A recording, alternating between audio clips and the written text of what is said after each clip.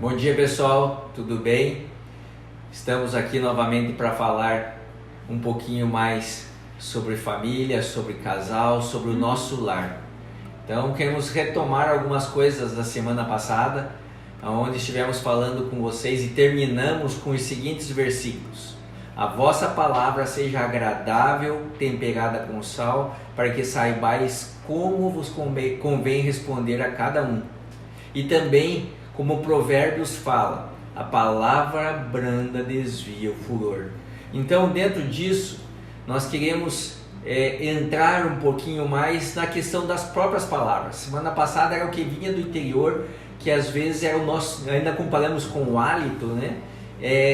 O que vinha de dentro da nossa boca. Mas agora nós queremos trazer para vocês uma outra direção dentro dessa mesma comunicação. Então, nesse sentido, nós vamos estar agora analisando a vida de duas personagens bíblicas. Uma, ela acabou falando o que não devia, e a outra foi muito assertiva naquilo que ela colocou. Então, a primeira que nós vamos trazer é a vida de Mical.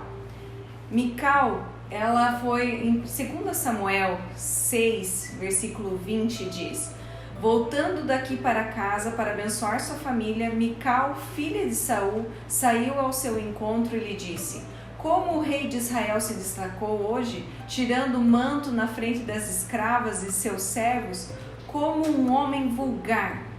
Eu fico imaginando a cara de Davi quando recebe a sua esposa e se depara com uma constatação dessa, com uma fala tão abrupta como essa de Mical. Imagine você chegando na tua casa e sendo recebido com essas palavras. É mais ou menos nesse sentido que nós queríamos que você pensasse. E aí nós, prestando atenção nesse ponto, né, de ver como a gente responde, como as nossas palavras podem ser duras.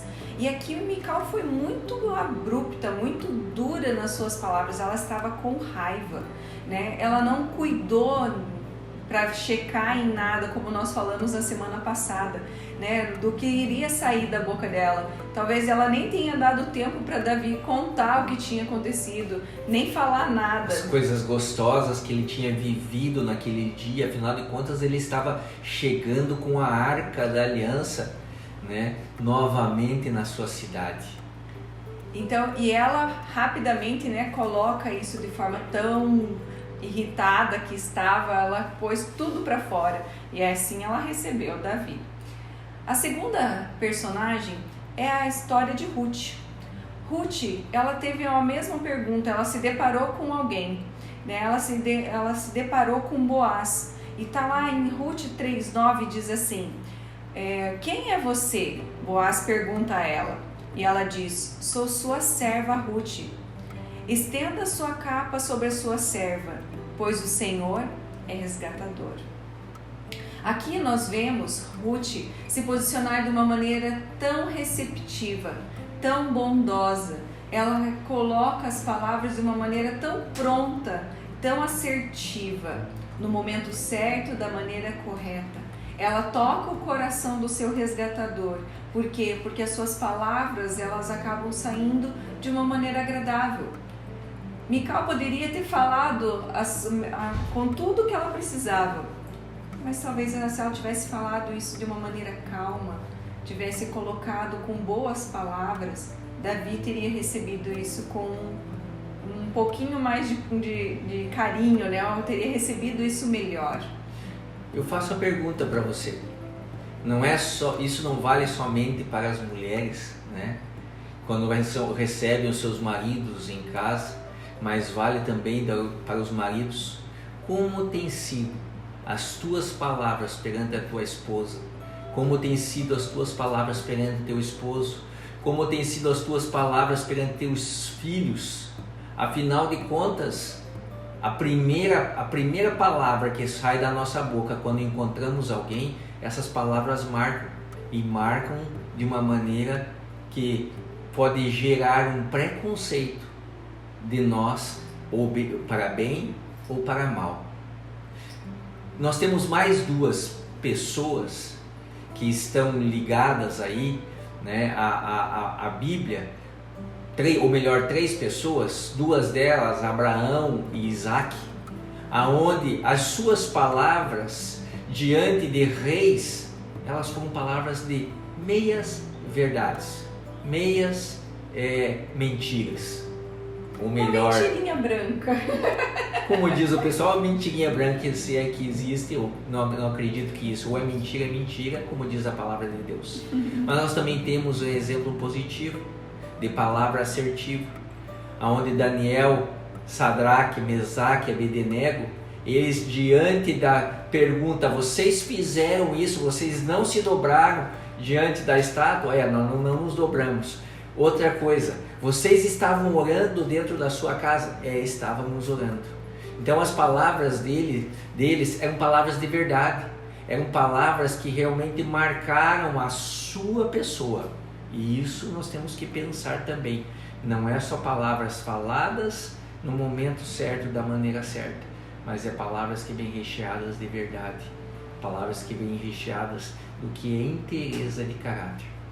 E entender que essas palavras recheadas de verdade, elas também têm que vir em consonância com um comportamento, né? Se eu estou falando algo, se isso é verdadeiro, as minhas atitudes têm que ser condizentes. Eu tenho que marcar essa minha fala com uma atitude de verdade, né? Não adianta apenas falar, eu preciso agir, eu preciso me comportar de acordo.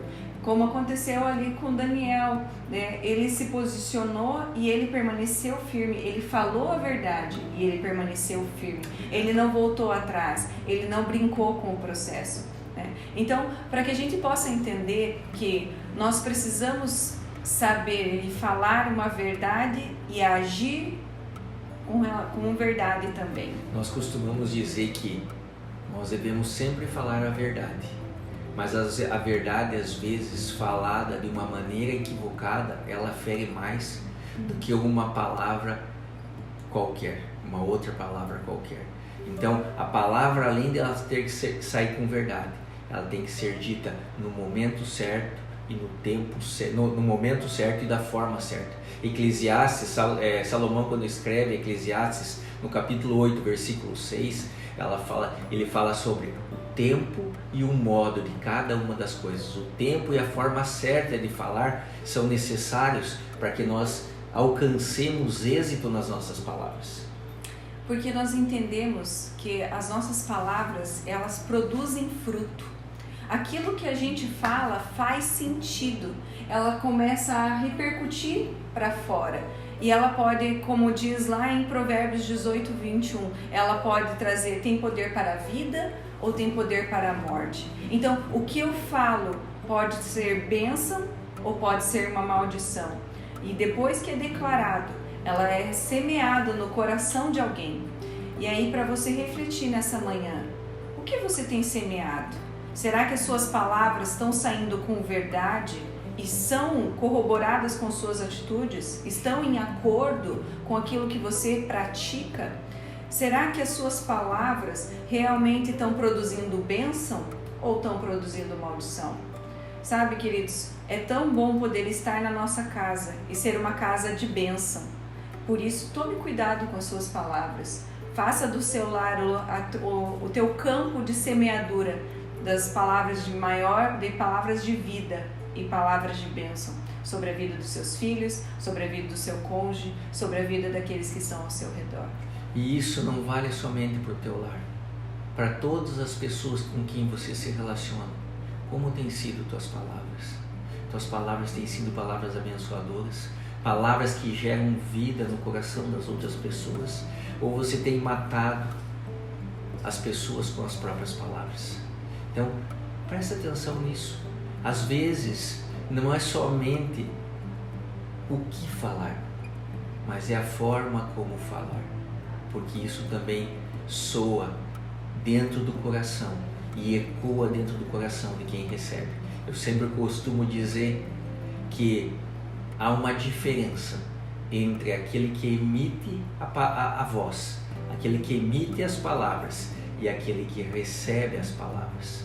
E o que recebe as palavras também tem todo um porém, e que nós podemos falar na semana que vem sobre isso, sobre emissor e sobre o receptor de mensagens e de palavras.